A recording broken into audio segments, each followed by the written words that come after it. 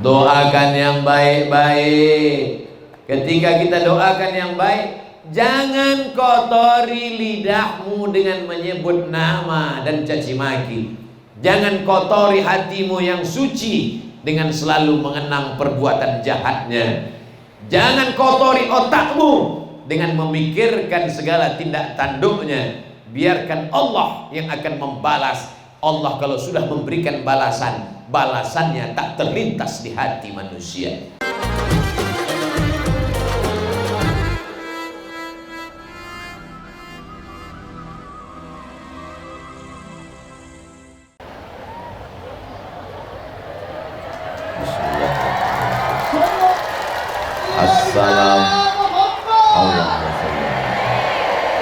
Assalamualaikum warahmatullahi wabarakatuh.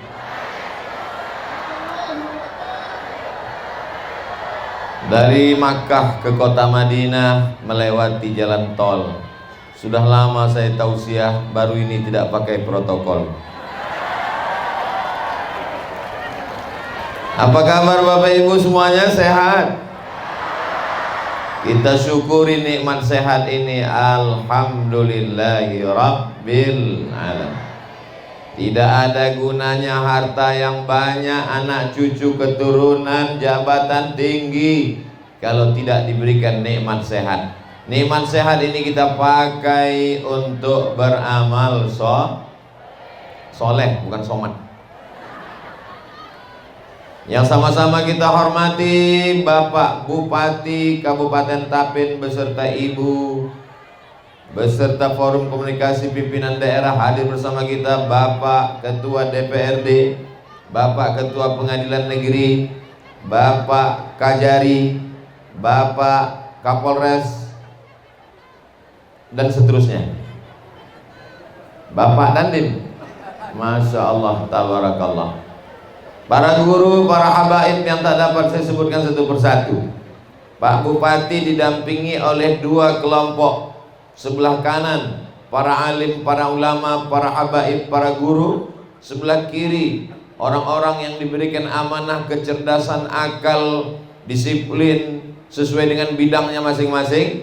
Insya Allah kalau seimbang antara kiri dan kanan, Tapin tetap baldatun thayyibatun wa rabbun ghafur.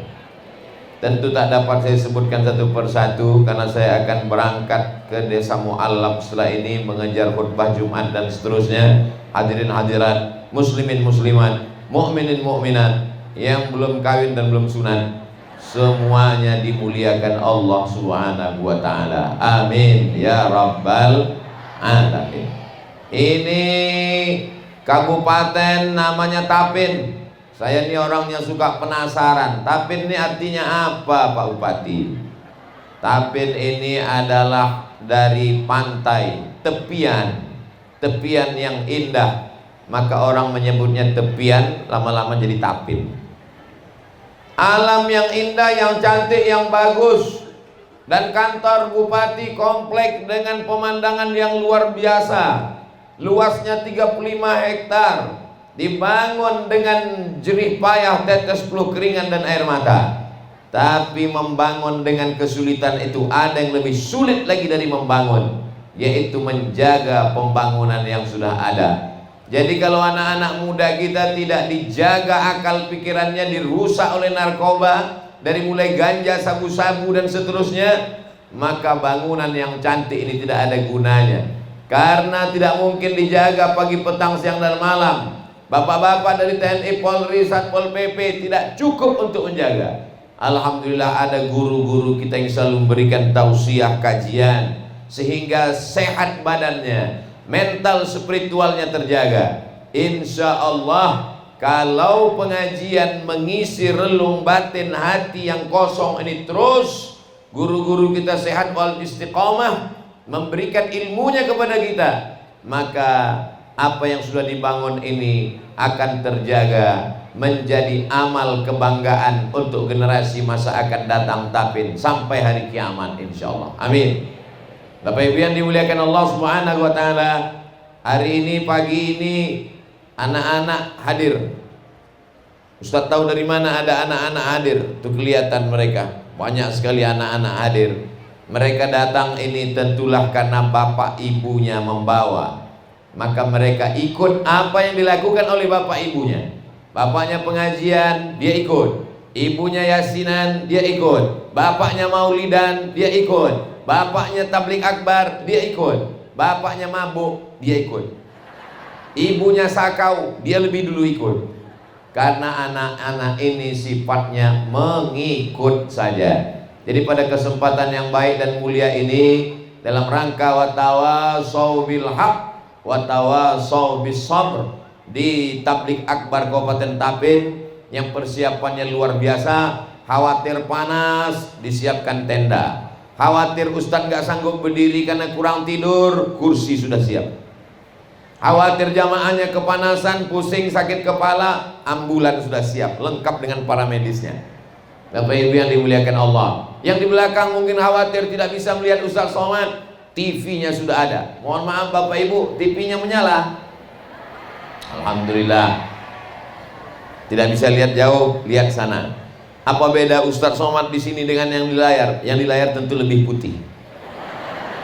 Saudara yang dimuliakan Allah Subhanahu wa taala, poin yang pertama yang ingin saya sampaikan adalah keseimbangan antara membangun fisik, bangunan, jalan, kolam, taman, dengan membangun spiritual, religius, agama, batin, roh.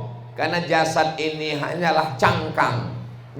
Jasad ini hanyalah seperti tempat saja. Kalau isinya mati, maka dia ikut mati. Dan kalau sudah rohnya mati, maka sesungguhnya kita berjalan dengan mayat-mayat. Innaka la tusmi'us summa. Kau tidak bisa membuat orang yang tuli peka itu bisa mendengar. Matsalul ladzi yadhkurullah wal ladzi la yadhkurullah kamatsalil hayy wal mayyit. Perumpamaan orang yang berzikir, orang yang mengingat Allah, hatinya hidup, seperti orang yang hidup dan orang yang mati. Siapa itu orang hidup? Orang yang makan, orang yang menikah, orang yang bergerak, orang yang bekerja, orang yang bernapas menurut ilmu biologi. Tapi kalau menurut Islam, siapa itu orang hidup? Orang hidup adalah orang yang berzikir. Mudah-mudahan majelis kita ini adalah majelis zikir. Karena sebelum sampai kemari yang kita dengar dari jauh, lantunan-lantunan sholawat, lantunan-lantunan tahmid, tasbih, takbir, lantunan-lantunan yang mengingatkan kita kepada Allah. Maka sesungguhnya majelis ilmu, majelis takbir akbar adalah majelis zikir. Makanya kata Nabi SAW, idza marartum biriyadil jannah farta'u. Kalau kalian lewat di taman surga, maka mampirlah untuk makan dan minum. Kata Nabi, kalau kamu lewat di taman surga, jangan sekedar lewat saja, maka silakan makan dan minum, nikmati taman surga. Kata sahabat Nabi, taman surga yang mana ya Rasulullah? Surga kan adanya di akhirat. Kata Nabi, ada taman surga di dunia. Apa dia? Itulah majelis zikir. Bapaknya berzikir, ibunya berzikir, anaknya pun insya Allah akan berzikir. Ibu-ibu yang selama ini berzikir tapi suaminya belum berzikir, sesungguhnya dia sudah lama serumah dengan genderuwo. Bapak-bapak yang selama ini berzikir, istrinya belum berzikir, sesungguhnya dia sudah lama tidur dengan kuntilanak. Jadi kalau bapaknya tidak berzikir, ibunya tidak berzikir, anaknya tuyul. Tapi kalau sudah bapaknya berzikir, ibunya berzikir, pemimpinnya berzikir, kepala dinas, kepala badan, kepala kantor berzikir, inilah yang menyebabkan turunnya rahmat Allah Subhanahu wa ta'ala. Maka hatinya tetap berzikir, telinganya mendengarkan tausiah, matanya melihat ustaz, tapi hatinya tak putus mengingat Allah Subhanahu wa ta'ala. Ustaz Somad ini guru kita. Mereka adakan pengajian di surau langgar musola, ada pengajian ibu-ibu, ada pengajian bapak-bapak, ada pengajian santri-santri. Ini yang hadir bukan cuma pegawai, masyarakat umum terbuka, santri-santri kita datangkan. Kalau semuanya berzikir saat bubar dari majelis ini, maka apa kata malaikat? Qumu, berdirilah kamu, maghfuran lakum, dalam keadaan dosa kamu diampunkan Allah Subhanahu wa ta'ala. Jadi selesai kita dari majelis tabligh akbar, majelis ilmu, majelis zikir ini, saat kita berdiri tegak bubar, maka sesungguhnya semua dosa-dosa kita sudah diampunkan, sudah dihapuskan. Tapi tolong dicatat baik-baik, yang dihapuskan itu cuma dosa, hutang belum. Saudaraku yang dimuliakan Allah Subhanahu wa taala, maka mesti ada keseimbangan antara pembangunan jalan dengan pembangunan pikiran, antara pembangunan mental spiritual dengan pembangunan fasilitas. Karena kalau tidak, kalau tiang ini ada yang retak satu, kita tinggal panggil arsitek, panggil orang yang spesial bidang bangunan, tumbangkan ini tiang, ganti tiang yang baru. Tapi kalau ada manusia yang rusak akalnya, tidak akan mungkin kita panggil Pak Dokter dari rumah sakit umum, tolong suntik mati, kita ganti makhluk yang baru. Tidak bisa. Begitulah menjaga manusia, dari mulai dalam kandungan sampai dia melahir merangkak, sampai dia berjalan, sampai dia lulus sekolah S1, S2, S3, masuk CPNS menjadi pemimpin sampai pensiun. Kalau dia bermanfaat untuk umat dan bangsa, maka dia menjadi kontribusi yang luar biasa. Tapi kalau dia hanya menjadi sampah masyarakat, maka sesungguhnya itulah yang disebut sebagai ulaika kal an'am, mereka seperti binatang, balhum adal, bahkan lebih hina, lebih jelek, lebih buruk. Karena sejahat-jahatnya kambing, 2 tahun kita kasih makan, insya Allah bisa akikah potong kambing, bisa walimah potong kambing, bisa acara halal bihalal potong kambing, semua orang senang. Tapi kalau manusia makan minum besar tapi kemudian tak bermanfaat, maka kata Allah ulaika kal an'am, mereka seperti binatang ternak, balhum adal, lebih hina, lebih jelek, lebih buruk, lebih rendah, tak ada harkat martabat di hadapan Allah, di hadapan manusia. Mudah-mudahan dengan banyaknya pengajian oleh para guru, para habaib, oleh para tuan-tuan yang mulia, dimuliakan Allah, maka kita pun ikut menjadi mulia dalam rangka menjaga hati supaya tetap lurus, pikiran tetap lurus. Kalau orang lurus hatinya, lurus pikirannya, lurus bicaranya, maka insya Allah selamatlah dia dunia akhirat. Sesuai dengan doa yang diajarkan Nabi, Rabbana atina fid dunya hasanah wa fil akhirati hasanah wa qina azabannar. Orang beriman tidak egois. Yang penting saya sudah ngaji, yang penting istri saya sudah ngaji, yang penting anak saya sudah ngaji. Masalah orang lain bukan urusan saya. Ini bukan sifat orang beriman. Orang beriman itu 50, 20 tidak cukup, karena dia memandang, kata Imam Sufyan Ats-Tsauri, 40 rumah ke depan, 40 rumah ke belakang, 40 rumah ke kanan, 40 rumah ke kiri. Itu adalah tetangganya, dan semuanya mesti selamat dari azab Allah Subhanahu wa taala. Pak Bupati tidak ingin beliau selamat sendiri, maka dia libatkan semua hadir jamaah tabligh akbar, dikerahkan, akhirnya datang. Tidak hanya sekedar 40 rumah ke belakang, ke kanan, ke kiri, semuanya selamat. Adapun jamaah yang jauh tidak dapat datang, mereka pun bisa mengikuti kajian kita ini, karena direkam kamera banyak sekali, sampai bingung mau menghadap kemana, kanan, kiri, depan, belakang ada kamera. Sampai-sampai sedang makan durian pun direkam juga dengan kamera. Terus yang nggak bisa datang gimana Pak Ustadz? Yang nggak bisa datang bisa ditonton rekaman ceramah Ustadz Somad di Kabupaten Tapin, di channel Ustadz Abdul Somad Official. Subscribe, like, share, and comment. Saudara yang dimuliakan Allah Subhanahu wa taala. Artinya apa? Setelah kita ngaji, ngerti perlu ada keseimbangan, karena sekarang banyak orang memperhatikan zohirnya saja, yang kelihatannya saja. Kalau bapak tidak percaya, tontonlah bapak, ibu, abang, kakak, adik. Selama ini saya kalau ceramah selalu nyebut gitu, bapak-bapak, ibu-ibu, abang-abang, kakak-kakak, adik-adik. Tapi setelah ke Tapin berubah, abang-abang ternyata merah-merah. Bapak ibu yang dimuliakan Allah Subhanahu wa taala, selama ini orang yang diperhatikan zohirnya saja. Cobalah bapak ibu tonton TV iklan hari Ahad libur nggak masuk kantor. Coba nonton TV dari jam 6 pagi sampai jam 6 sore, sampai jam 10 malam. Semua iklan-iklan itu memperhatikan zohir. Dari mulai rambut iklan ketombe, sampai telapak kaki kaki retak-retak, pecah-pecah karena kurang cairan. Oleskan pelembab. Sampai wajah Anda ingin putih glowing, minumlah jus bengkoang. Semuanya yang diperhatikan adalah zahir. Sedikit sekali yang memperhatikan bagaimana hati kita bersih. Alhamdulillah Tuan Guru masih banyak hadir. Mereka ingin menunjukkan kepada jamaah, kepada umat, Tuan Guru yang jauh lebih tua. Mereka datang bukan mendengar ceramah Abdul Somad. Abdul Somad baru belajar berjalan, mereka sudah jadi Tuan Guru. Hari ini mereka dengan kerendahan hati, tawaduknya datang. Untuk apa?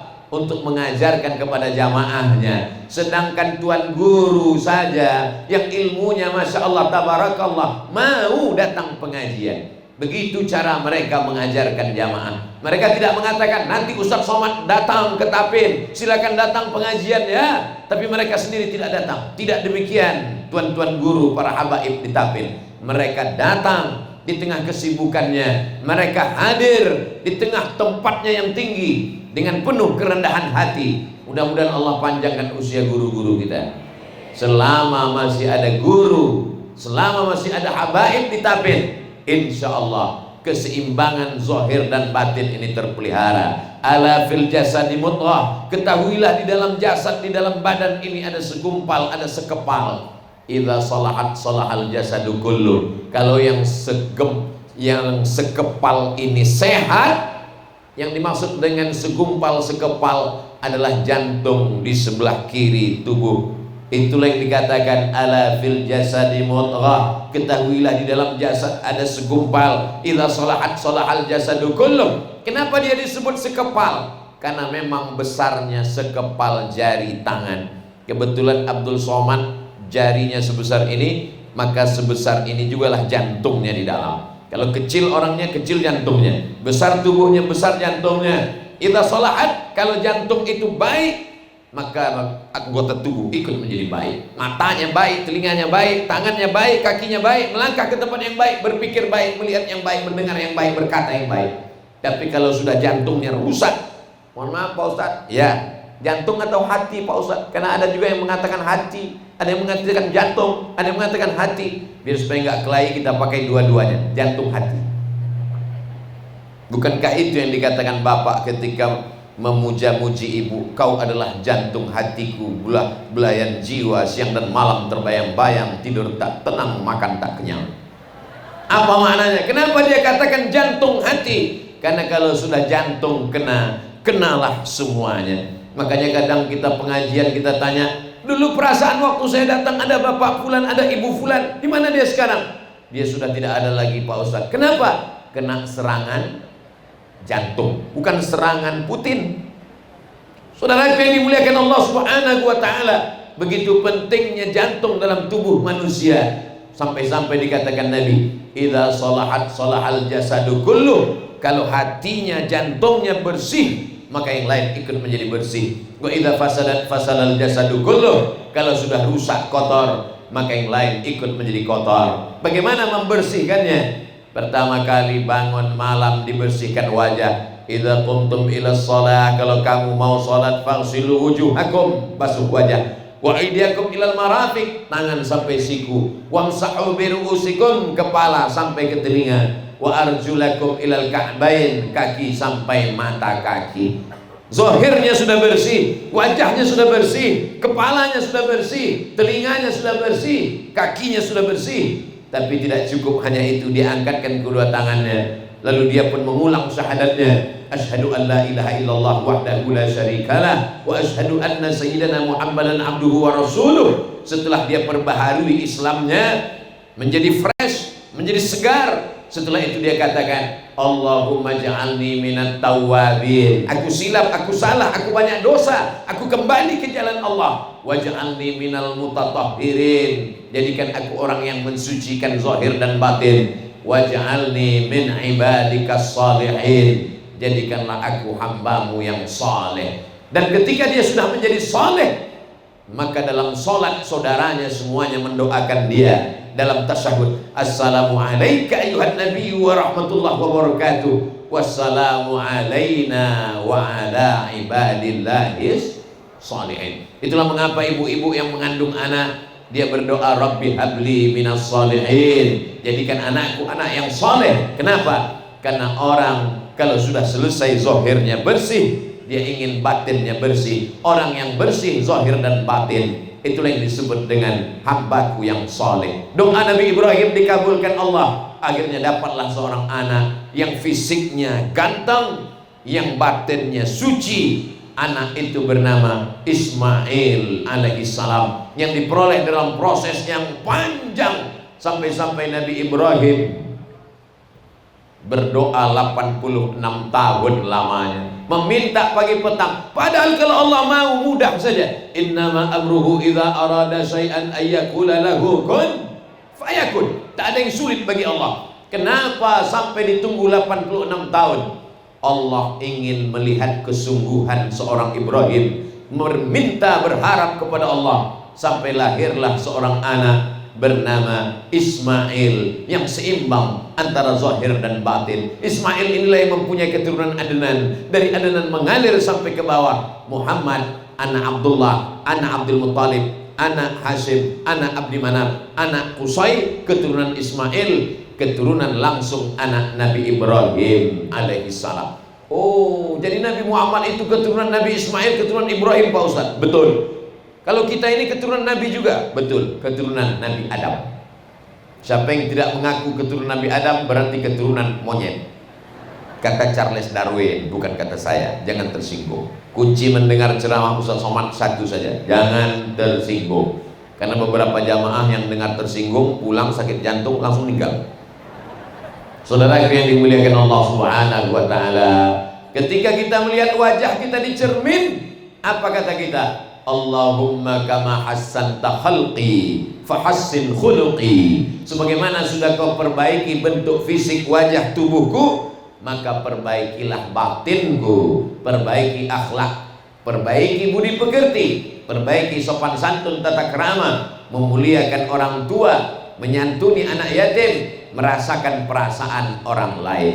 Diasah rasa ini supaya lebih halus, halus dan halus. Untuk apa kita selama 1 bulan tidak makan, tidak minum, panas, terik, kering kerongkongan? Untuk apa kita? Itu tidak lain tidak bukan adalah untuk mengasah hati supaya pintar-pintar merasakan perasaan orang lain. Jadi jangan hanya melihat dari depan, tapi pandang juga dari belakang. Kalau bapak dari sana memandang kemari, itu kelihatannya orang dari bawah melihat ke atas. Oh, enaknya Ustadz Abdul Somad, dia berada di atas pentas yang berbunga-bunga, Masya Allah, tabarakallah. Tak kapan mereka menanam bunga ini? Karpetnya merah, di atas karpet ada karpet biru, bersama para ulama, bersama para pejabat. Bagaimana agaknya rasanya kalau di atas? Mudah saja, nanti setelah selesai acara naik ke atas, barulah kalian rasakan di atas. Gimana rasanya? Panas, tapi ada kipas angin di belakang. Saudara yang dimuliakan Allah Subhanahu wa taala, kita mesti pandai merasakan perasaan orang lain. Enak aja Ustaz Somad itu cuma ceramah. Saya ada masanya tidak berceramah. Kalau ada para guru habaib datang ke Pekanbaru Riau, saya datang diam-diam, pakai baju kaos panjang, pakai kacamata hitam, pakai jaket, pakai masker, pakai topi, mendengar dari jauh. Bagaimana rasanya mendengar ceramah? Ternyata berceramah dengan mendengar jauh lebih berat mendengar, ngantuknya luar biasa. Itu makanya kalau saya ceramah itu suara saya kuat-kuat. Kenapa kuat? Supaya yang tertidur supaya terjaga. Karena saya merasakan perasaan orang yang mendengar ceramah. Itulah mengapa kalau saya ceramah, saya kasih tahu, Abdul Somad ceramah tidak lebih dari 60 menit, sesuai yang tertulis di botol 600 ml. Kenapa? Karena banyak orang yang kalau dengar ceramah, dia menganggap kapan berakhirnya penderitaan ini. Tapi kalau dia dengar Ustaz Somad, dia tahu tadi dimulai pukul jam 9 lewat 20, 8.20, maka akan berakhir pada pukul 9.20. Dia bisa mengukur kapan mesti kepalanya turun dan kapan mesti naik kembali. Saudara yang dimuliakan Allah Subhanahu wa taala. Jadi setelah poin yang pertama kita jaga keseimbangan zahir, batin, kalbu, mata, tangan, kaki, zikir, pikir mesti seimbang. Maka setelah itu kita mesti mengasah rasa, merasakan perasaan orang lain. Bukan merasa pintar, tapi pintar-pintar merasa. Karena kalau sudah kita hanya merasa pintar, kita yang paling hebat, kita paling mulia, kita paling tinggi, kita paling terkenal, sesungguhnya kita sudah masuk dalam pintu takbur. La yadkhulul jannah, tak masuk surga. Man kana fi qalbihi, siapa yang dalam hatinya mithqala habbatin min khardalin min kibrin, ada sombong walaupun sebesar biji sawi, ada sombong, tak mencium bau surga. Doakan supaya Ustaz Abdul Somad hatinya bersih, tak ada sombong walaupun sebesar biji sawi. Kemarin waktu mau masuk ke pesawat, lewat di pintu detektor logam. Begitu lewat detektornya bunyi, tem, rupanya jam tangan belum dilepas. Padahal jamaah sudah ngasih jam dari kayu. Ustaz Somad, ini ada jam dari kayu. Untuk apa Pak? Supaya nanti kalau lewat di detektor logam gak bunyi. Tapi karena jamnya besar tetap pakai jam logam. Begitu mau lewat lagi bunyi lagi. Kenapa? Ada kunci rupanya belum dicopot. Begitu lewat bunyi lagi. Kenapa? Rupanya handphone lupa dilepas. Alhamdulillah Pak Bupati Tapin tidak memasang detektor sombong di pintu kantor. Bayangkan kalau Abdul Somad lewat tadi pintunya bunyi tem, ada sombong sebesar biji sawi. Allah Subhanahu wa taala sengaja tutupi itu. Biarlah yang tahu itu antara Allah dan Abdul Somad. Hilangkan keangkuhanmu, hilangkan kesombonganmu. Walaupun yang diundang adalah kamu, walaupun yang ceramah adalah kamu, tapi yang mulia belum tentu kamu. Lihatlah gambar Pak Bupati, Wakil Bupati, kecil-kecil saja gambarnya, yang paling besar. Saudara yang dimuliakan Allah Subhanahu wa taala. Sampai di rumah kediaman Pak Bupati, tadi pagi sarapan, saya pandang ke belakang, gambar saya besar sekali. Ini pakai baju sasirangan, nanti diganti lagi dengan gambar yang baru lagi. Masya Allah, tabarakallah. Begitulah saya dimuliakan, dihormati. Di tempat lain saya disambut dengan baleho, Abdul Somad jangan datang, Ustadz radikal. Tapi di Tapin dimuliakan. Di saat engkau dihina, dijatuhkan, menetes air matamu, hilang sombongmu. Tapi saat kau dimuliakan, disanjung, kau merasa tinggi, datang sombongmu. Jadi sebenarnya dibuat Allah Abdul Somad sedemikian rupa. Allah mau mempermainkan perasaannya. Ada rasa senang, ada rasa bahagia, ada rasa jatuh, terusir, terhina, supaya lebih dekat kepada Allah Subhanahu wa taala. Begitu juga hidup ini. Jadi kalau ada masanya kita sakit, ada masanya kita susah, ada masanya kita jatuh, bukan Allah tidak sayang padamu, tapi hanya supaya sujudmu lebih lama. Yang selama ini kalau gajinya lancar, bisnisnya lancar, sujudnya seperti stempel kantor pos.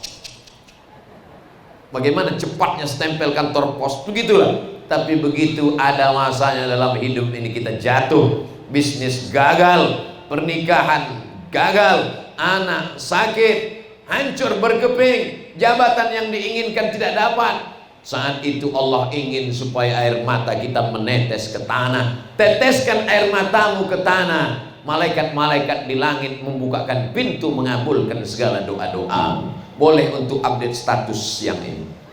Saudara yang dimuliakan Allah Subhanahu wa taala.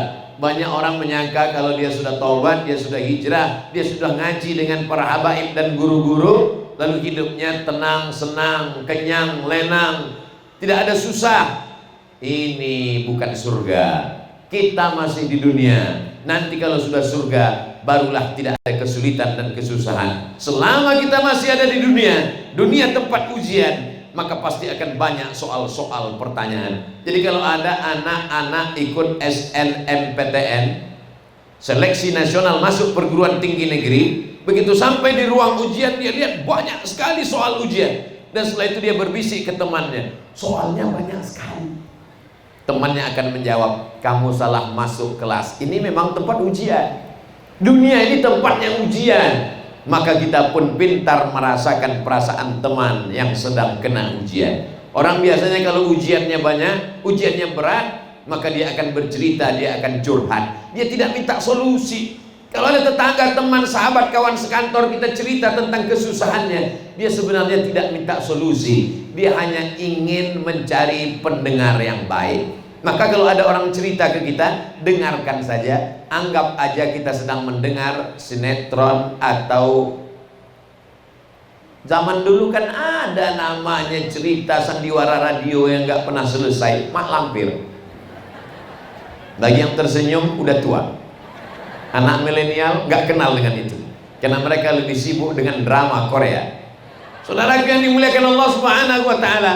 Jadi kalau ada orang cerita tentang kesulitan hidupnya, tentang penderitaannya, dia sebenarnya tidak ingin solusi dari kita. Dia hanya ingin menumpahkan segala apa yang ada dalam pikiran dan hatinya. Dia ingin kita menjadi pendengar yang baik. Maka kita cukup komen 2, iya, betul, iya. Sampai akhirnya dia ulang lagi, kita ingatkan, itu tadi sudah, jangan diulang lagi. Saudara yang dimuliakan Allah Subhanahu wa Ta'ala, intinya apa? Setelah kita seimbangkan antara zahir dan batin, selesai sholat subuh, banyak sekali kita lihat orang lari-lari di stadion, lari keliling pakai baju kresek sampah. Pas ditanya, kenapa pakai baju kresek? Biar supaya cepat berkeringat. Supaya apa? Supaya kurus. Suatu hari saya didatangi oleh ibu-ibu. Ustaz Somad, saya prihatin ngelihat Ustaz. Apanya Bu? Badannya. Jadi saya mau belikan Ustaz ini. Apa ini? Ini adalah susu kedelai penambah berat badan. Saya bilang, niat ibu bagus. Ibu lihat di samping masjid orang lari-lari di tanah lapang. Iya. Apa yang mereka cari? Mereka mau kurus. Saya belum lari, sudah kurus. Mau kurus nggak apa-apa, mau gemuk tidak apa-apa. Yang penting sehat. Hidup ini sebetulnya simpel dan sederhana. Yang susah itu adalah memikirkan omongan orang. Kita kurus, dia bilang kurang gizi. Kita gemuk, dia bilang pertumbuhan itu ke atas, bukan ke samping. Bagi saya, jamaah mau gemuk, mau kurus, yang penting istiqomah, yang penting sehat. Wa in tuti aksara man fil ardi, karena kalau kau ikut omongan orang banyak di dunia ini, yudilluka an sabilillah, mereka akan menyesatkanmu dari jalan Allah. Apalagi saya, kalau saya pikirkanlah semua komen yang ada di YouTube, Instagram itu, sudah lama saya mati berdiri. Saudara yang dimuliakan Allah Subhanahu wa Ta'ala, pintar-pintar merasakan perasaan orang lain. Mengapa kita tidak makan dari pagi, siang, dan malam? Padahal makanan itu halal, supaya kita merasakan rasa laparnya fakir miskin. Lapar kita masih ada batasnya. Begitu azan maghrib berkumandang, Allahu Akbar, Allahu Akbar, berakhir lapar kita. Tapi lapar mereka, kemarin lapar, hari ini lapar, nanti malam lapar, besok lapar, tak tahu laparnya akan berakhir kapan. Kalau sudah kita rasakan perasaan orang lain, maka ringan kita berbagi kepada orang lain. Ara'aital ladzi yukadzibu biddin? Tahukah kamu siapa itu pendusta agama? Pendusta agama bukan orang yang tidak sholat. Pendusta agama bukan orang yang ngejek ustaz. Pendusta agama adalah fadzalikal ladzi yad'ul yatim, membiarkan anak yatim, wala yahuddu ala ta'amil miskin, tak peduli kepada orang miskin. Maka guru pun datang menyampaikan tausiah, sisakan uang belanja. Kalau selama ini beras yang kita masak, ambil segenggam, masukkan ke resek, segenggam pagi, segenggam siang, segenggam malam. Satu hari 3 genggam, 1 bulan 90 genggam. Maka kita sudah berbagi kepada fakir miskin. Serahkan ke anak yatim, usap kepalanya. Sebanyak rambut anak yatim, sebanyak itu pula lah pahala yang kita peroleh. Akhirnya ibu-ibu pun mengusap kepala anak yatim, yang gondrong saja, yang gundul tidak. Kita memahaminya tidak tekstual. Makna mengusap kepala anak yatim, bahwa anak yatim kehilangan kasih sayang ayahnya. Ayahnya yang selama ini membesarkannya, mendidiknya, meninggal dunia. Maka datang kita mengusap kepala anak yatim. Pulang dari kerja si bapak membawa baju 2 pasang. Istrinya heran, anak kita kan 1 semata wayang, buah hati belayan jiwa. Kenapa dibelikan baju 2? Kan cukup 1 saja. Di belakang rumah ada anak yatim, sebaya dengan anak kita. Jadi tolong antarkan ke belakang. Yang beli bapak, yang antar ibu. Jangan bapak yang antar. Nanti kalau ngantar kebetulan sama anak yatim cantik, pecah perang dunia keempat. Saudaraku yang dimuliakan Allah Subhanahu wa taala, pintar-pintar merasakan perasaan orang lain. Kalau ada orang tidak punya anak, jangan cerita anak. Kalau ada orang belum punya istri, jangan cerita istri. Kalau ada orang yang susah, jangan cerita kesenangan, kebahagiaan. Tidak semua postingmu tentang kebahagiaan orang ikut bahagia bersama. Pandai-pandai merasakan. Oh, jadi kalau gitu untuk apa Instagram itu? Untuk apa itu Pak Ustadz FB kita? Kalau mau lihat Instagram, lihatlah Instagram Ustadz Abdul Somad Official yang followernya hampir 7 juta itu. Maksudnya yang belum follow lah. Ngapa itu Ustadz Somad ceramah, katanya Ustadz kok main Instagram, kok sampai followernya 7? Coba lihat dulu postingnya apa. Postingnya apa aja? Postingnya jadwal tabligh akbar, iklan gula merah, dodol, keripik, kerupuk. Apa maksudnya nih Pak Ustadz? Membangkitkan ekonomi umat, supaya umat ini mapan secara ekonomi.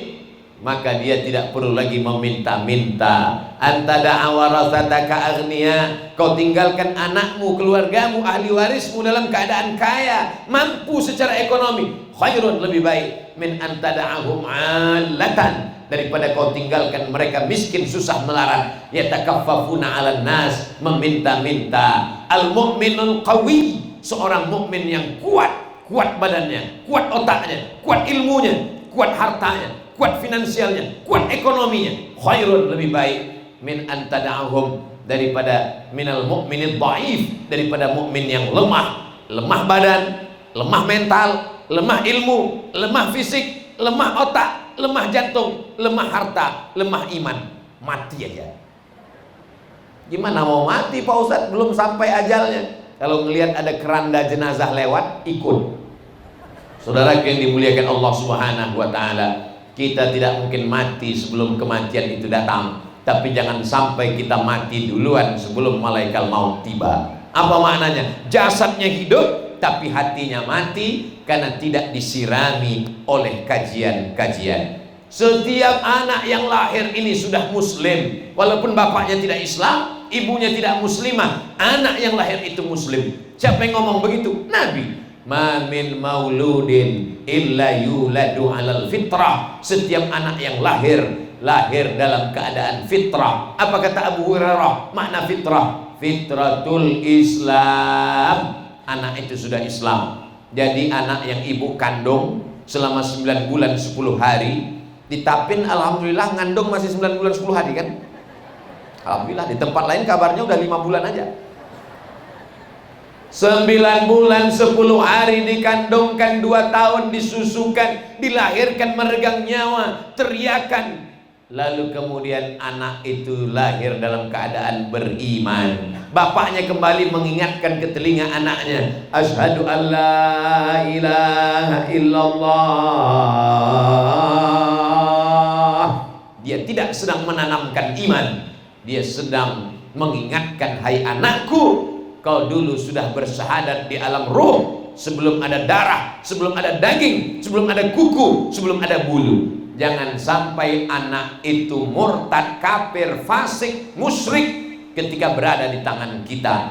Dia bersih di alam ruh, dia bersih di alam rahim. Ketika di tangan kita lah dia menjadi berubah. Makanya kata Nabi SAW, ma min mauludin illa yuladu alal fitrah. Setiap anak yang lahir dalam keadaan fitrah. Fa'abawahu, kedua orang tuanya, yuhawwidanihi, merubahnya jadi Yahudi, au yunassiranihi, merubahnya menjadi Nasrani, au yumajjisanihi, merubahnya menjadi Majusi. Coba perhatikan hadisnya. Kedua orang tuanya merubah anak jadi 3, Yahudi, Nasrani, Majusi. Mengapa tidak ada dikatakan kedua orang tuanya merubah anaknya jadi Muslim? Karena memang anak itu lahir sudah dalam keadaan Muslim. Jadi kalau ada orang mengatakan mari kita tanamkan iman ke dalam hati anak-anak kita, kita tidak suruh menanamkan iman karena anak sudah beriman. Kita hanya disuruh menjaga imannya supaya jangan sampai mati. Bagaimana cara menanamkan iman? Bagaimana cara menjaga iman yang sudah tertanam? Disiram supaya tidak mati. Disiram dengan ilmu, dibawa pengajian. Saya dibawa pengajian dari sejak kecil, belum masuk TK, belum SD, sudah ikut pengajian. Ada acara ngaji akikah, ikut. Ada acara marhaban, ikut. Ada acara walimah, ikut. Kebetulan saya anak pertama, sangat sering ikut dengan ibu. Kemana ibu pergi, ikut. Nggak diajak, ditinggal, lari, ikut. Kenapa begitu? Karena nanti sampai di tempat kondangan ada pulut kuning dan telur ayam. Tapi ternyata di balik kajian-kajian itu menanamkan cinta kepada para ulama, dikenalkan dengan para guru, diusapkan kepala. Saya masih ingat ibu saya kalau ketemu, ini doakan anak saya, doakan anak saya. Makanya hari ini kalau saya ketemu dengan ibu-ibu datang bawa anak kecil, begitu mendekat pas saya mau doakan, rupanya dia nggak minta doa, cuman minta foto aja. Saudara yang dimuliakan Allah Subhanahu wa taala, hari berganti, musim berubah, tapi ibu tetaplah menjadi al-madrasatul ula. Ibu adalah sekolah yang pertama. Sebelum TK, sebelum SD, sebelum SMP, ibu duluan. Bawa anakmu pengajian. Walaupun sampai di tempat ngaji itu dia tidak mendengar, karena dia tidak bisa membedakan mana Ustadz Abdul Somad, mana siapa, dia tidak kenal. Walaupun dia lari-lari, dia main-main, dia lompat-lompat, tapi dia dapat barokah doa dari orang-orang soleh. Karena puncak dari pengajian bukan pada tablik akbarnya, puncak pengajian adalah doa yang nanti akan kita aminkan dari guru-guru kita. Saudaraku yang dimuliakan Allah Subhanahu wa taala, pintar-pintar merasakan perasaan orang lain. Rasa ini halus, rasa tak bisa diungkapkan dengan kata-kata. Bagaimana Ustadz Abdul Somad tadi pagi makan nasi yang dimasak pakai santan di dalam, tak usahlah ceritakan, nanti menetes air liur. Begitu dibelah ada telur ayamnya di dalam. Gimana rasanya Pak Ustadz? Rasa itu tidak bisa diungkapkan dengan kata-kata, karena kata terlalu miskin untuk mewakili rasa. Andai ku ceritakan rasanya, rasaku belum tentu rasamu. Saudara yang dimuliakan Allah Subhanahu wa taala, rasa itu hanya bisa dirasakan dalam lubuk hati yang paling dalam. Itulah mengapa kita mesti ke rumah sakit, melihat orang sakit. Supaya apa? Merasakan bagaimana rasanya sakit. Tidak hanya sekedar melihat orang sakit, tapi kita dibuat Allah sakit. Allah membuat kita sakit. Dan kalau kita sudah terbaring, oh begini rasanya. Ustadz pernah sakit? Pernah. Perasaan Ustadz nggak pernah sakit. Kami lihat tablik akbar terus, karena yang diupload yang sehat aja. Pas sakit nggak diupload. Kenapa waktu Ustadz sakit nggak diupload? Takut diejek. Mati kau Somad, sakit kau kan? Saudara yang dimuliakan Allah Subhanahu wa taala, ada tokoh masyarakat kita, Bapak Sekda kita, sedang dalam uji Allah dalam keadaan sakit. Kita doakan mudah-mudahan Allah memberikan beliau kesembuhan. Al-Fatihah. A'udzubillahi minasyaitonirrajim. Bismillahirrahmanirrahim. Alhamdulillahirabbil alamin arrahmanir rahim maliki yaumiddin. Iyyaka na'budu wa iyyaka nasta'in. Ihdinas siratal mustaqim. Siratal ladzina an'amta 'alaihim ghairil maghdubi 'alaihim waladdallin. Amin. Kalau orang meninggal dunia dikirim Al-Fatihah, itu pahalanya nyampai. Karena setiap huruf itu dibalas 10. La aqulu alif lam mim harf. Alif lam mim tidak dihitung satu huruf. Alif satu huruf, lam satu huruf, mim satu huruf. Wa likulli harfin asyru amsalihha. Satu huruf dibalas 10 kebaikan. Jadi setiap Al-Fatihah itu ada huruf-hurufnya dikirimkan Allah kalau sudah meninggal dunia. Tapi kalau orang hidup kita bacakan Al-Fatihah, itu doa tawassul, bertawassul kepada Allah dengan kemuliaan pahala membaca surah Al-Fatihah. Mana tahu nanti ada yang nanya, itu Ustaz Al-Fatihah kan untuk orang meninggal dunia. untuk anak dibacakan Al-Fatihah, untuk istri dibacakan Al-Fatihah, untuk guru dibacakan Al-Fatihah. Ternyata ketika ada orang sakit kita jenguk, itu luar biasa. Walaupun saya tidak datang ke rumah sakit melihat beliau, tapi insya Allah berita ini disampaikan dan beliau mendengar, meleleh air matanya. Oh, ternyata Ustaz Abdul Somad masih ingat. Banyak teman tertawa, banyak teman bersukaria, tapi tak banyak teman yang ikut merasakan seperti yang kita rasakan. Makanya kata Nabi, idza maridha, kalau ada saudaramu sakit, fa'udhu, kunjungi dia, tengok dia. Menjenguk orang sakit nggak boleh terlalu jujur. Ustaz Somad, saya ini sudah diponis dokter. Kata dokter saya ini seminggu lagi katanya meninggal. Siapa yang bilang? Ibu sehat kok. Apa sehat? Malah dokter itu nanti meninggal duluan. Jangan ketika kita jenguk orang sakit, ini kelihatannya nggak sampai Jumat depan udah selesai. Nggak boleh, bangkitkan semangatnya. Saya kemarin Pak ceramah ke salah satu masjid, ketua masjidnya sudah diponis oleh dokter di Malaka, tinggal 6 bulan lagi selesai. Saya tanya, Pak Haji, saya takut dioperasi Pak Ustaz. Katanya jantung dibelah, urat kaki dinaikkan ke atas, namanya bypass. Itu jalan tol Pak. Terus jadi Bapak dipotong urat kaki naik ke jantung. Saya nggak berani Pak Ustaz. Akhirnya saya tunggu aja. Katanya berapa bulan? 6 bulan. Sekarang udah 2 tahun Pak Ustaz. Saudara yang dimuliakan Allah SWT. Tapi bukan berarti saya nggak ke rumah sakit.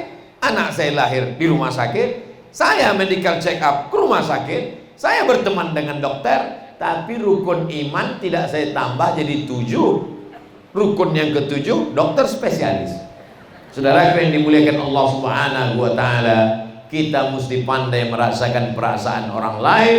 Ketika ibu saya meninggal dunia, berdatanganlah bapak-bapak dari kepolisian mengantar dari kota Pekanbaru sampai ke Sumatera Utara 12 jam yang selama ini macet di jalan. Lancar perjalanan. Kenapa? Bapak-bapak kepolisian mengawal dari kota Pekanbaru ambulan, lancar sampai di depan, sampai ke pemakaman. Mereka memikulkan, semua memikulkan jenazah almarhumah sampai ke dalam liang lahat. Begitulah mereka kepada almarhumah ibu saya tahun 2019.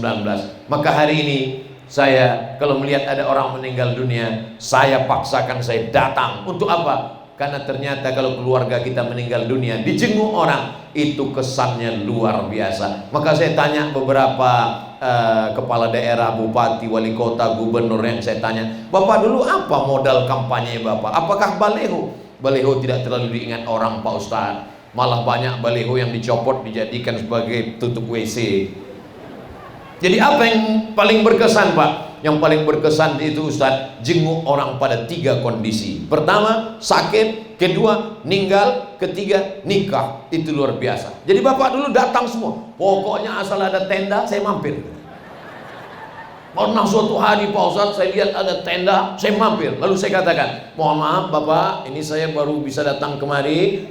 Kemarin nggak bisa datang dan sekarang mungkin acaranya udah selesai baru datang. Udah selesai sambutan saya baru datang tuan rumah. Kata dia, mohon maaf Pak, pestanya besok. Ternyata ada momen-momen dalam hidup kalau kita datang itu amat sangat berkesan dalam hati orang. Makanya saya sarankan ke Bapak Ibu, kalau ada orang meninggal datang walaupun gak kenal. Kalau datang orang sakit, jenguk. Bukan hanya sekedar bagi dia, tapi juga bagi kita. Kalau hari ini kau mengiringi jenazah, sampai masamu jenazahmu akan diiringi orang. Makanya masuk ke dalam, berdiri. Kalau ada teman kita yang gak sholat, nakal pakai narkoba, gak pernah ingat pada Allah, kebetulan kita ajak, ayo kita ajak, dekatkan dia ke liang lahat, dia dekatkan. Kalau bisa dorong dikit, biar masuk dia ke dalam. Saya ketemu dengan orang bertato, nggak sholat, lalu kemudian dia datang ke pengajian. Saya tanya, gimana ceritanya titik balik Bapak mulai tobat? Saya ini orangnya Pak Ustadz minum khamar, mabuk, pakai sabu-sabu, berzina, selingkuh. Gimana ceritanya Bapak bertobat? Ketika saya sedang melihat jenazah Pak Ustadz, tiba-tiba saya terdorong masuk ke dalam. Saya megang jenazah mau lompat ke atas, malu. Di saat itulah terasa dingin Pak Ustaz, datang takut saya, sampai masanya saya akan mati menghadap Allah Subhanahu wa Ta'ala, merasakan perasaan orang lain.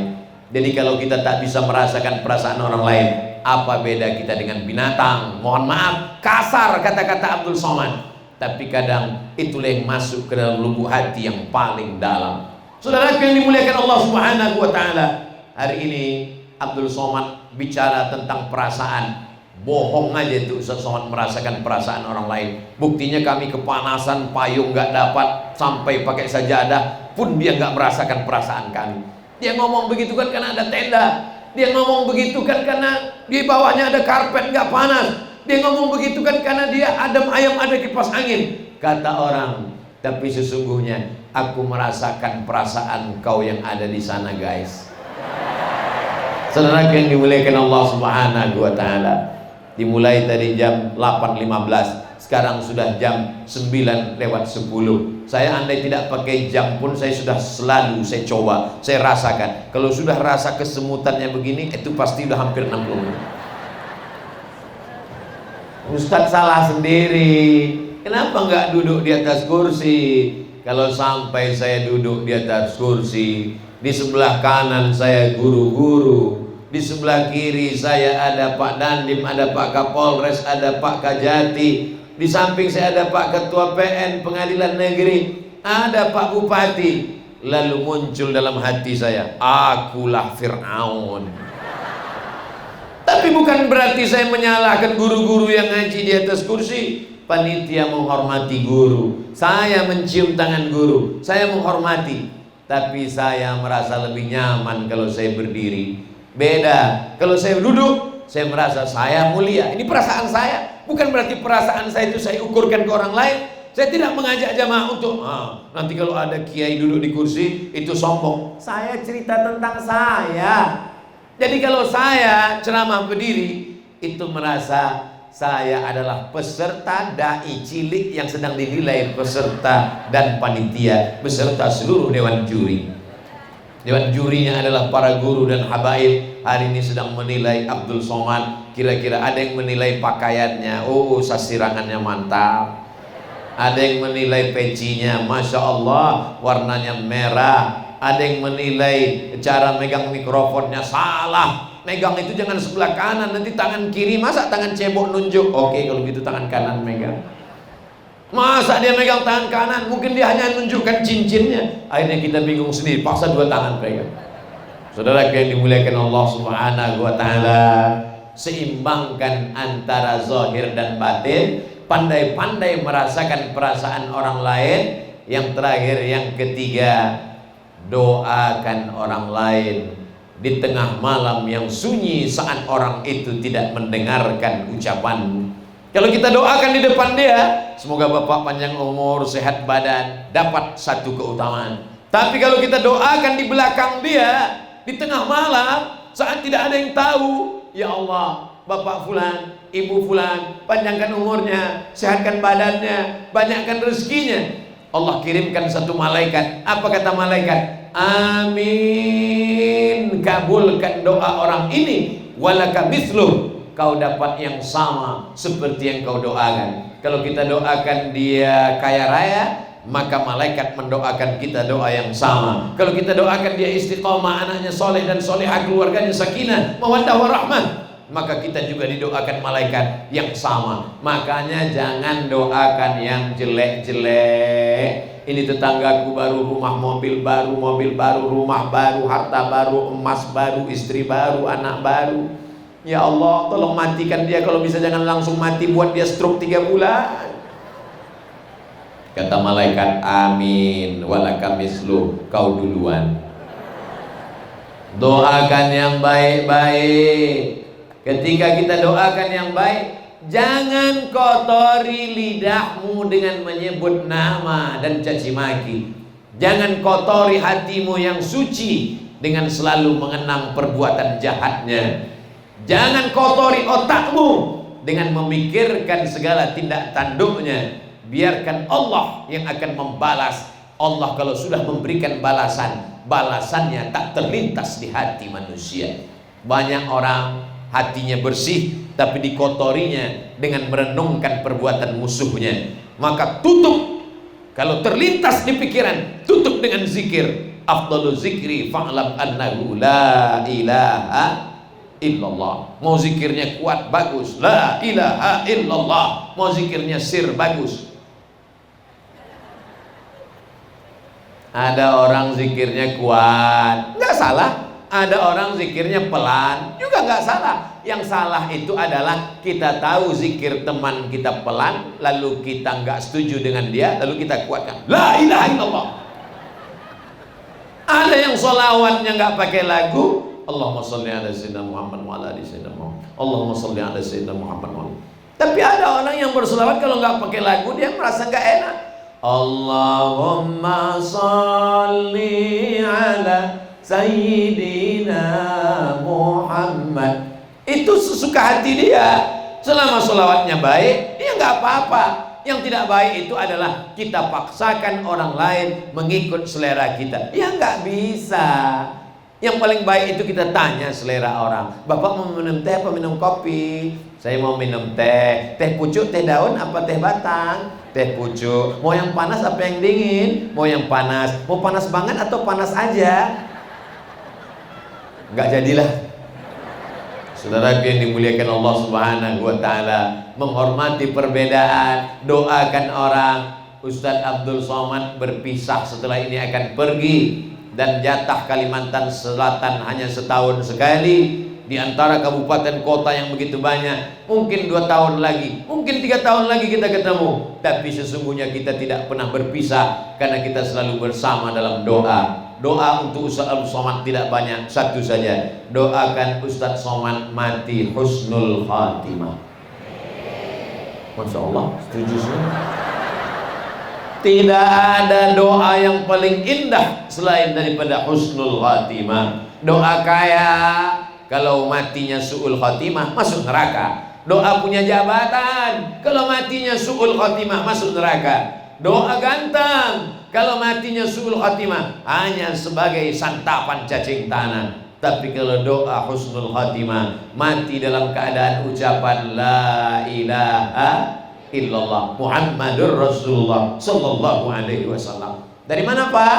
Dari tablik akbar. Di mana? Di depan kantor Bupati Kabupaten Tapin yang luar biasa. Tendanya berapa? Lupa ngitung.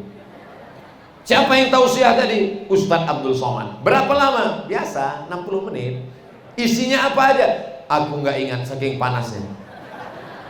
Ustadz Somad bicara 3, seimbangkan antara fisik, zahir dan batin. Pintar-pintar merasakan perasaan orang lain. Doakan orang dari saat tidak berada di depanmu. Adapun doa di depan orang tetap kita laksanakan. Besok hari Sabtu, hari Ahad ada pesta walimah nikah, doakan dia. Barakallah lakuma wa barakalaikuma. Tapi sekarang acara nikah. Dulu kalau acara nikah itu kita sempat mendoakan dan nanya, Assalamualaikum Pak Haji. Waalaikumsalam. Itu mantunya ya? Iya. Orang mana? Orang Tapin. Oh Masya Allah. Zaman sekarang nggak sempat ngobrol, nggak sempat doa. Itu siapa Pak? Apa? Suara nyanyinya bum bum bum bum. Mau berdoa pun tak sempat. Begitu sampai di atas, tak sempat doa, sana antrian begitu panjang, langsung saja jumpa, langsung pergi. Hilang silaturahim. La salam wala kalam. Nanya enggak ada, ngobrol enggak ada. Alhamdulillah ketemu dengan Pak Bupati ngobrol, ketemu dengan Pak Kapolres, ketemu dengan Pak Kajati, ketemu dengan bercanda, ada sapa. Kadang kita ketemu sama orang cuman badannya aja yang ketemu, batinnya nggak ketemu. Yang satu di Amerika, yang satu di Jepang, masing-masing mereka. Silaturahim apa ini? Kita kan mau ketemu sama orang, zahirnya dan batinnya, bukan cuma melihat wajahnya. Ini yang saya rasakan di Tapin. Saya ketemu orangnya, saya ngobrol dengan orangnya. Bahkan selama ngobrol tadi, satu pun nggak ada yang megang handphone. Entah karena ketinggalan di rumah, wallahu alam. Saudara yang dimuliakan Allah SWT, Ustadz Somad, sebenarnya anak saya mau saya bawa kemari ketemu Ustadz tadi, tapi rupanya tadi malam beliau udah ketemu Ustadz di Masjid Ar-Raudhah Sungai Andai tadi malam. Oh iya Pak, saya tadi di sana ketemu, ada silaturahim. Berarti anak bapak kenal dengan saya? Iya, kami selalu melihat video Ustadz. Masya Allah. Berikut ini kita foto dengan Pak Bupati dan Forum Komunikasi Pimpinan Daerah. Masya Allah. Foto dengan istri masing-masing. Lalu bagaimana dengan kami yang nggak ada istri ini Pak, katanya. Lalu saya bisikkan, bisa mungkin ada yang rental untuk foto aja. Ada tawa, ada canda, ada ketemu. Sekarang itu sudah dirusak oleh apa? Oleh medsos. Dulu kalau ada acara walimah nikah, datang. Acara akikah, datang. Acara takziah, datang. Sekarang orang sudah tidak datang lagi, tinggal posting foto, tinggal lingkari warna merah, lalu tulis bawah innalillah, amin amin amin amin amin. Katanya kalau ada orang foto dengan kita jangan senang dulu, jangan-jangan foto itu disimpan nunggu kita meninggal baru keluar. Ustadz Somad foto ya, iya disimpan, nggak pernah diposting. Nanti gitu dengar kabar Ustadz Somad meninggal baru masuk. Lingkari wajahnya bulan. Innalillah. Amin amin amin amin amin. Saudara yang dimuliakan Allah Subhanahu wa taala, di Tapin Masya Allah tabarakallah. Saya ketemu, bertatap muka, bermusafahah, berjabat tangan. Cuman saya segatnya di Tapin ini, guru-guru yang lebih tua, lebih mulia mencium tangan kita yang bukan apa-apa dan bukan siapa-siapa. Saya ulurkan tangan, mereka mau cium tangan saya. Saya cium tangan mereka, akhirnya hampir belaga kepala kami lagi. Mau kita tarik, kita gak sopan, akhirnya kita cium juga tangan beliau. Kenapa Ustaz Somad kalau habis nyium, megang tangan mereka, Ustaz cium tangan? Ada keberkahan-keberkahan. Al-Quran kita cium tangan, ada keberkahan-keberkahan. Berkah ini yang kita tidak tahu. Berkah tidak dilihat dari status sosial, berkah tidak dilihat dari bentuk fisik. Boleh jadi dia manusia biasa saja, tapi hatinya bersih, turun rahmat Allah, diucapkannya salam tanpa ada embel-embel dunia. Maka Allah Subhanahu wa ta'ala memuliakan kita sampai hari ini, bukan karena amal kita, mungkin karena doa orang banyak. Saya yakin itu. Padahal tadi malam mengantuk berat dari perjalanan panjang, siang keluar rumah dari Pekanbaru ke Jakarta, dari Jakarta ke Banjarbaru, Banjarbaru ke Banjarmasin, dari Banjarmasin lalu kemudian sampai kemari Tapin tadi malam. Rasa-rasanya tak kuat untuk bangun, rasa-rasanya tak kuat untuk pengajian. Bisa sehat walafiat. Saya yakin dan percaya ini karena doa dari para habaib, para guru masyarakat Tapin. Mereka berdoa, khususnya panitia yang sudah memasang persiapan. Tadi malam mereka berdoa, ya Allah sehatkan Ustaz Abdul Somad sampai besok pagi ya Allah. Setelah itu terserah, aku serahkan kepada Allah. Bukan urusanku lagi ya Allah. Kita ini sehat karena doa-doa mereka yang luar biasa. Maka jangan lupa untuk minta didoakan. Saya ketemu dengan kiai, ketemu dengan guru-guru tadi. Apa yang Ustaz bisikkan kepada mereka? Doakan saya guru, doakan anak saya. Kalau saya ketemu dengan qari-qari, doakan supaya anak saya Mizian Hazik Abdillah, Sami Ahmad Misbahi, supaya sama suaranya seperti qari, supaya hafal Quran seperti antum. Kenapa? Karena mereka yang lisannya pagi, petang, siang dan malam murojaah menghafal Quran. Kalau ketemu dengan ibu-ibu, ingat kita almarhumah ibu saya. Ketemu dengan anak-anak, ingat dengan anak-anak di rumah. Melihat anak kecil, ingat anak kita, bagus. Melihat ibu-ibu, melihat emak kita, bagus. Asal jangan melihat istri orang, lupa bini kita, itu yang kurang bagus. Saudara yang dimuliakan Allah Subhanahu wa ta'ala, pertemuan kita ini pertemuan rahmat dan barakah. Pertemuan itu menambah umur panjang, berkah, rezeki. Karena kata Nabi, man ahabba yubsatalahu fi rizqi, siapa yang mau lapang rezekinya, wa yansa'alahu fi atharihi, mau panjang umurnya, hendaklah dia menyambung tali silaturahim. Maka ke depan, ustadz siapapun yang datang, kiai siapapun yang datang, guru siapapun yang datang, habib siapapun yang diundang ke Tapin, datang, duduk, dengar, diam. Ngantuk, tidur. Saya belum pernah marah sama jamaah yang tidur sedang pengajian. Kenapa? Kalau dia tidur, berarti saya berhasil menenangkan hati dan jiwanya. Langkah kaki pertama ngapus dosa, langkah kedua mengangkat derajat. Selama di majlis didoakan malaikat, Allahumma maghfir lahu, ampunkan dia, Allahumma arhamhu, dirahmati dia. Saat berdiri kata malaikat, qumu maghfuran lakum, dosamu diampunkan. Saat mengaminkan doa para habaib guru, diaminkan. Ad-da'i berdoa satu orang, wa yu'minuhum sa'iruhum, diaminkan berpuluh, beratus, beribu jamaah. Sedangkan doa 40 aja makbul, apalagi sebanyak ini, dapat rahmat doa barokah. Maka jangan pernah tidak datang pengajian. Ngaji, ngaji, ngaji. Ada juga sekarang orang ngomong, saya udah bosan ngaji nih Pak Ustaz, kapan berhentinya ngaji? Tenang, ngaji berhenti dua. Yang pertama, malaikat maut datang. Yang kedua, setan pensiun. Kalau malaikat maut sudah datang, gak perlu lagi datang ngaji. Karena kalau kau datang, orang pengajian yang bubar. Mumpung malaikat maut belum datang, datanglah pengajian. Bapak Ibu jangan sampai nanti ada undangan hadiri tabligh akbar yang akan disampaikan tausiah oleh almarhum Abdul Somad. Gak ada yang mau datang. Hari ini Abdul Somad datang zahir dan batin, ruh dalam jasad. Kalau sudah ruh tercabut dari jasad, maka berakhirlah sudah. Saat itu kita hanya menerima doa dari saudara-saudara kita. Terima kasih segala perhatian. Mohon maaf segala kekhilafan dan kesilapan. Aqulu qauli hadza astaghfirullah li wa lakum. Mudah-mudahan negeri kita Tapin menjadi tetap dalam istiqomah, baldatun thayyibatun wa rabbun ghafur. Jangan beranjak. Aminkan doa guru ala hazihin niyah. Al-Fatihah.